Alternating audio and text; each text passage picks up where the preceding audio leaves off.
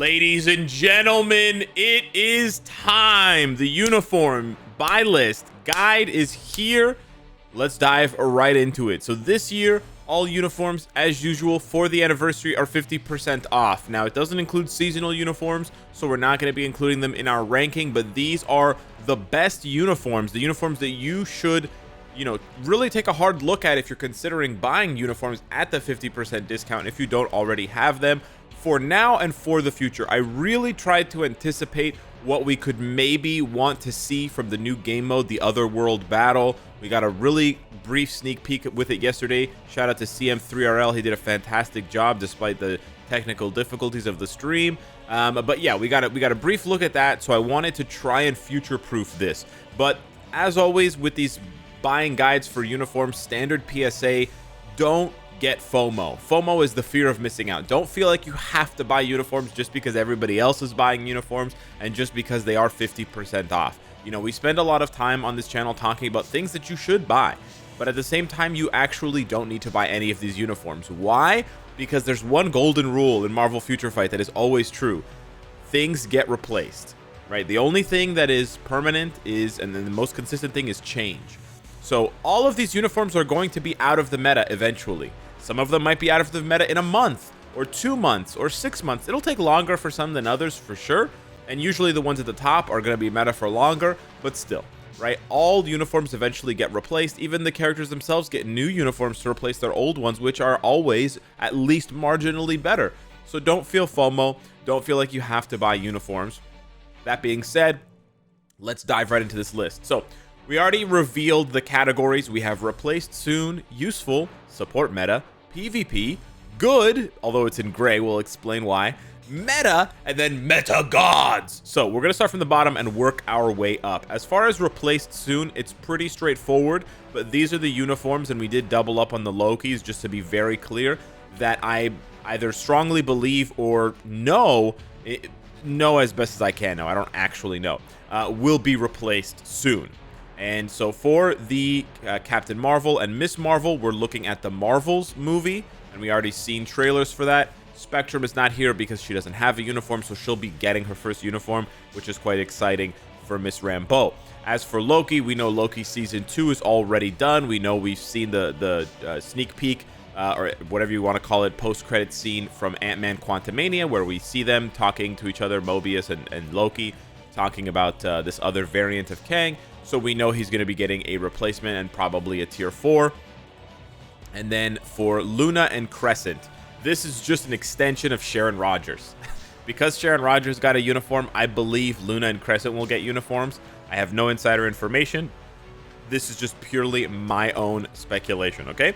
So these ones are risky to buy now because they may be replaced very soon. Very, very soon, and they would be major power creeps for most of these because most of these are a year old or more. The only one that's not is Miss Marvel, but yeah, we're just gonna have to wait and see.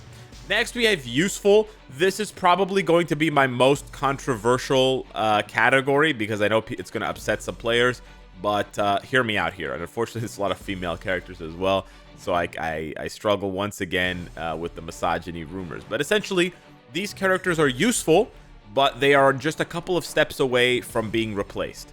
And so for Black Widow and Scarlet Witch and Titania, it's ABX. They're really just holding it down for ABX and ABL right now.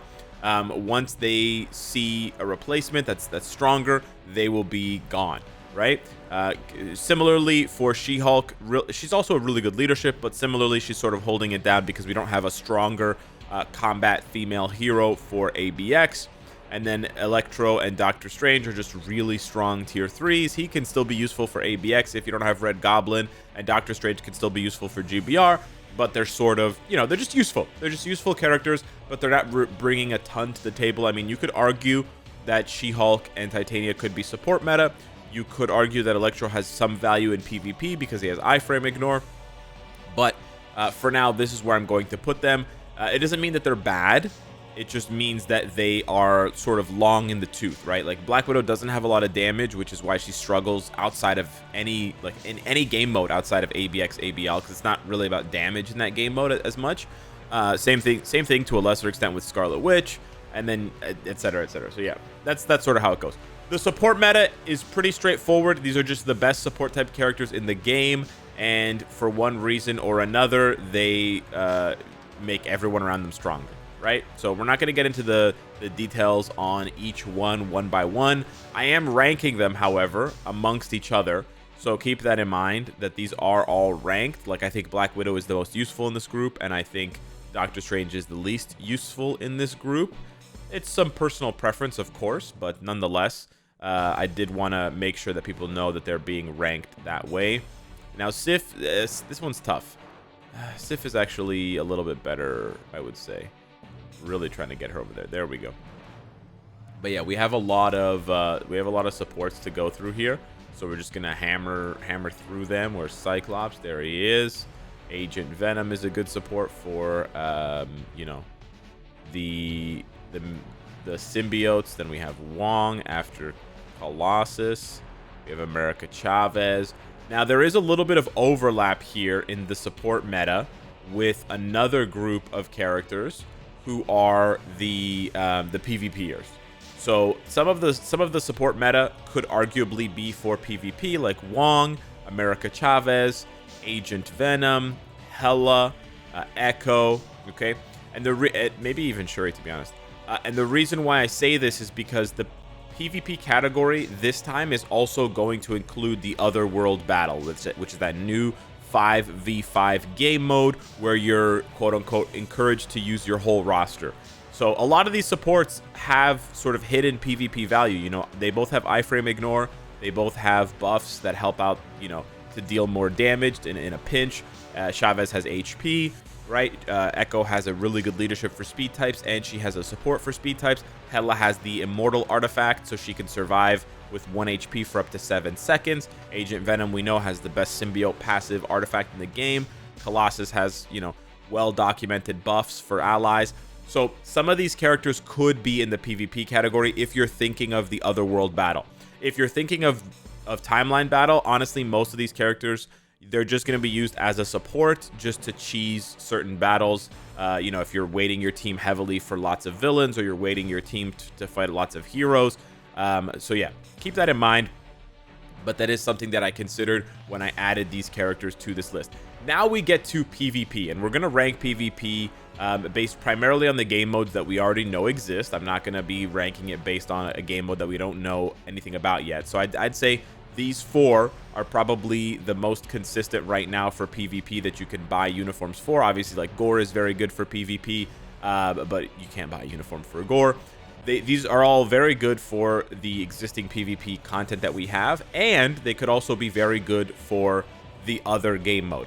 Now, as we go along, okay, to Emma, after Ancient One, as we go along to Emma, etc., Doctor Doom, we start to get into the category of characters that are not very good for timeline battle anymore, okay?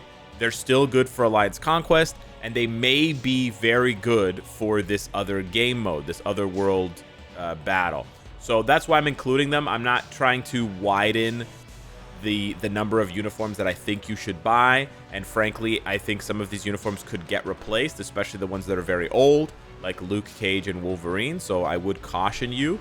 However, if they're not getting replaced, these characters could be useful for this game mode. Now, although they're old uniforms, I don't see Cersei and Gilgamesh getting replaced anytime soon, just because they are MCU characters. They were introduced first as MCU characters. So I think the devs are going to wait until their second movie comes out, or their second feature comes out, where they're making a cameo in another movie or whatever. But again, they could be they're good for Alliance Conquest, and they could be good for this new game mode. Probably like that, actually.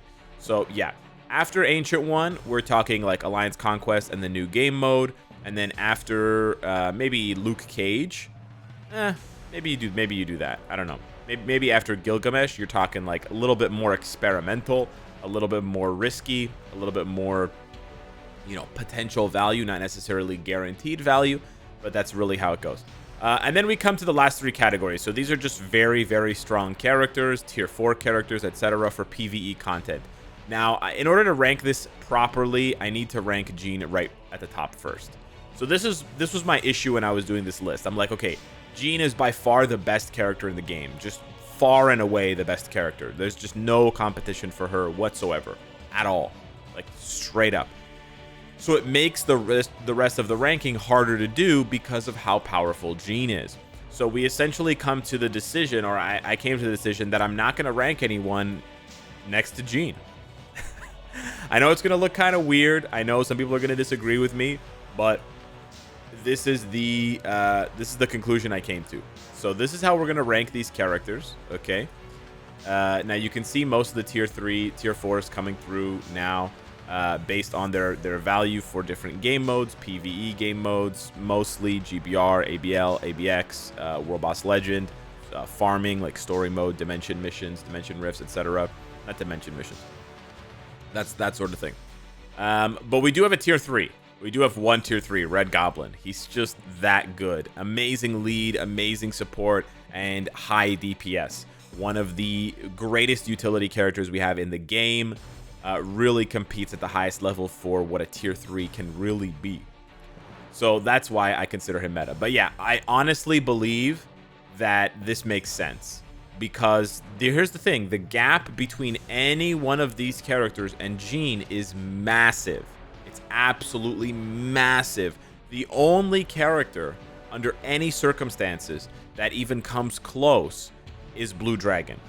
Because Blue Dragon has maybe 60%, maybe 70% of the damage of Jean, and she has maybe 50% of the PvP value. But that's like almost half. So like she's still only half as good as Jean, right? It's absolutely bonkers. Absolutely bonkers. So because of that, it really doesn't make sense to put anyone next to Jean. I know what this looks like, but this is honestly the reality. Now, as far as the difference between being meta and being good, this is what I want to break down here. And sadly, it's a bunch of my favorite, combat and speed male heroes. These characters are good, okay? They're good and they're popular. The problem is that they're not meta for one of two reasons. They're not meta for the first reason of there being better options. So in this case, you could use Moon Knight, or you could just use Dr. Octopus. He's just a better version of Moon Knight. He's tankier, and he does more damage. That's just the reality, right? You could use Ant-Man, but for PvP, Spider-Man is better. And then for PvE, there's not a lot of ways to use him. And that's the second issue, that these characters don't have a lot of content that is tailor-made for them. So, they're all, like... Some of them are actually quite strong for GBR in specific, especially like Venom and Ant-Man. They're very, like, if you ranked it based on GBR, it would look something like this, right? Or maybe something like that. But overall, the problem with these characters is one, they don't have a lot of content tailored for them, so it's harder for them to be meta. And then two, they're not technically meta because there are stronger options in their category. And it's not surprising when you have so many combat tier 4s that some of them are gonna end up being down here, right? It's just how it is. Ant-Man is quite strong for a speed, and he's probably the best speed besides Shadow Shell. The problem is that she has a lot of value for content, ABX, ABL, World Boss Legend, and Ant-Man does not. So yeah, it wouldn't really make sense to put him here or here, even though he is the second best speed type for PvE content. But not to say these characters are bad, just to say that there are already better options, and that they could continue to get replaced unless, right, new content comes out or existing content is changed that highlights their value, right? Like if we start having content that highlights speed male heroes, then Spider-Man and Ant-Man's value just starts to rise exponentially. Now, the last uniforms here that I haven't ranked yet are these three, and here's the thing. Overall, I would say if there's no update, I would say, this is probably where they go. And then Adam Warlock goes somewhere here for PvP. However, there is the chance that these uniforms get replaced. So I wanted to also highlight that. These uniforms could absolutely be replaced because of the Guardians of the Galaxy 3 movie. So, I think that's kind of...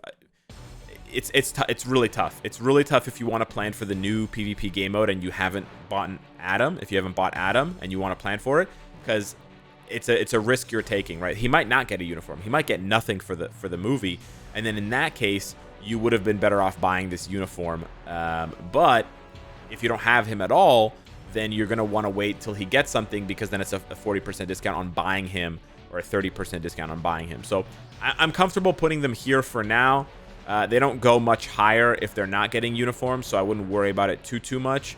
But yeah, that is how it shakes out, in my opinion, for the best uniforms to buy during the 8-year anniversary. I may make an optional uniform buying guide. Hit me up in the comments down below if you want to see that soon. Thank you so much for watching. As always, thanks for being on the live stream last night. Smash the like button, or hit the like button. It helps the content out. It helps the channel out tremendously, and I'll see you in the next one. Take care.